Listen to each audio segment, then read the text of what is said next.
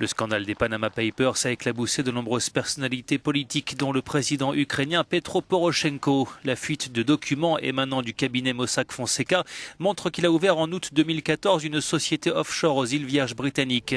En déplacement à Tokyo, Petro Poroshenko a nié toute fraude fiscale.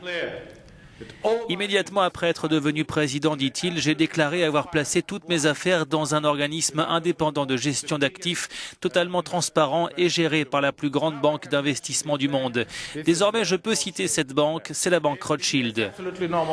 Le fonds commun de créances a des pratiques tout à fait normales, qui ne visent pas à minimiser l'impôt ou à se cacher. C'est apparu de manière totalement publique dans les médias ukrainiens et enregistré à mon nom.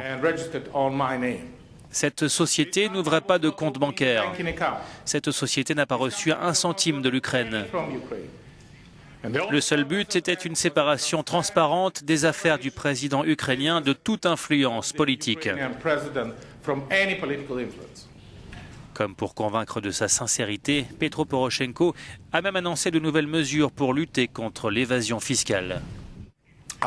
J'envisage d'introduire une réforme importante qui rendra impossible l'utilisation de sociétés et de comptes offshore en Ukraine, dit-il.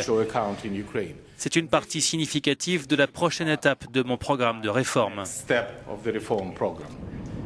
La création d'une société offshore avait pour but la vente de l'entreprise de confiserie Rochen que Petro Poroshenko avait promis de céder une fois élu président. Près de 2 ans après, il en est toujours le propriétaire.